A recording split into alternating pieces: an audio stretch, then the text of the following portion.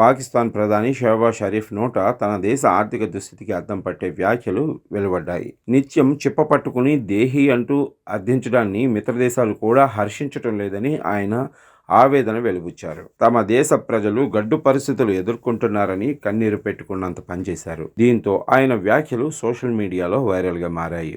ఆదివారం క్వెటాలో ఆయన సైనికాధికారులను ఉద్దేశించి మాట్లాడారు. ఈ సందర్భంగా Shehbaz Sharif China, Saudi Arabia, Turkiye వంటి పాకిస్తాన్కు విశ్వసనీయమైన మిత్రులు కానీ చీటికి మాటికి అప్పులివ్వాలని కోరుతుంటే అవి కూడా చిరాకు పడుతున్నాయి.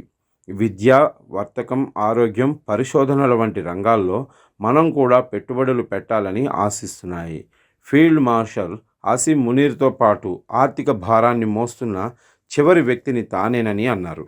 దేశంలో సహజ వనరులతో పాటు మానవ వనరులు పుష్కలంగా ఉన్నాయని, వాటిని సమర్థవంతంగా ఉపయోగించుకోవడం ద్వారా ఆర్థిక సవాళ్లను అధిగమించవచ్చు అని ఆయన చెప్పుకొచ్చారు. ఇదిలా ఉంటే పాకిస్తాన్ కొంతకాలంగా తీవ్ర ఆర్థిక సంక్షోభాన్ని ఎదుర్కొంటున్న విషయం తెలిసిందే. సాయం కోసం ప్రపంచ దేశాలను అభ్యర్థిస్తుంది.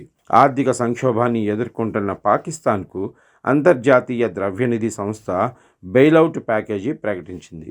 ఇందులో భాగంగా ఇటీవల $1 బిలియన్ నిధుల మంజూరు చేసింది. ఇందుకోసం అనేక షరతులను విధించిన IMF భారత్తో ఉద్రిక్తతలు పెంచుకుంటే పాకిస్తాన్కే ఎక్కువ సమస్యలు వస్తాయని, దేశంలో ఆర్థిక ఇతర సంస్కరణ లక్ష్యాలకు ముప్పు కలిగిస్తాయని చురకలంటించింది. ఈ క్రమంలో కొన్ని షరతులను సైతం విధించి కొంత నిధిని విడుదల చేసింది.